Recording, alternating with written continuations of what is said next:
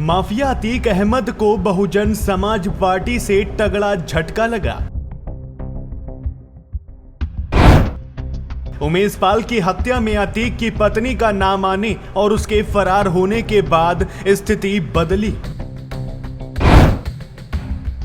शाइस्ता के साथ खड़ी समाजवादी पार्टी सुप्रीमो मायावती ने बड़ा ऐलान किया।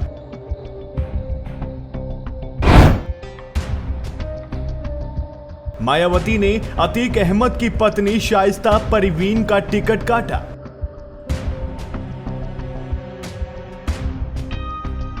माफिया अतीक अहमद को बहुजन समाज पार्टी से तगड़ा झटका लगा है। दरअसल उमेश पाल हत्याकांड में नामजद अतीक की पत्नी शाइस्ता परवीन फरार चल रही हैं। इस पूरे मामले में अब तक शाइस्ता के साथ खड़ी समाजवादी पार्टी सुप्रीमो मायावती ने बड़ा ऐलान कर दिया है। उन्होंने कहा कि स्थिति अब बदल गई है और उनकी पार्टी यूपी नगर निकाय चुनाव में अतीक या उसके परिवार के किसी सदस्य को मेयर का टिकट नहीं देगी।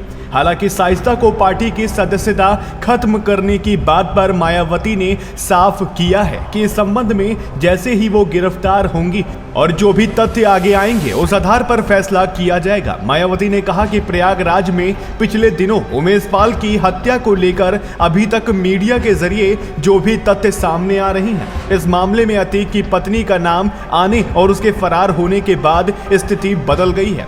ऐसी स्थिति में अब हमारी पार्टी ना तो अतीक की पत्नी को और ना ही उनके परिवार के किसी भी सदस्य को मेयर का टिकट देगी।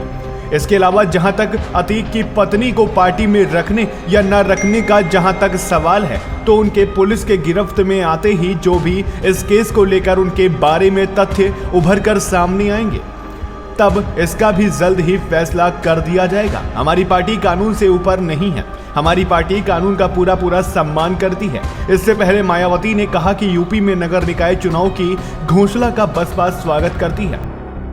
पार्टी की अपील है कि आयोग चुनाव को फ्री एंड फेयर कराए और चुनाव ईवीएम की जगह बैलेट पेपर से कराए जाए। उन्होंने कहा कि हम चुनाव के लिए मजबूती से तैयार हैं। पूरे प्रदेश के ओबीसी, दलित और मुस्लिम वर्ग बसपा के साथ हैं। हम सर्व समाज को लेकर चल रहे हैं। उन्होंने आरोप लगाया कि चुनाव में लाए गए आरक्षण में नियमों को ताक पर रखा गया।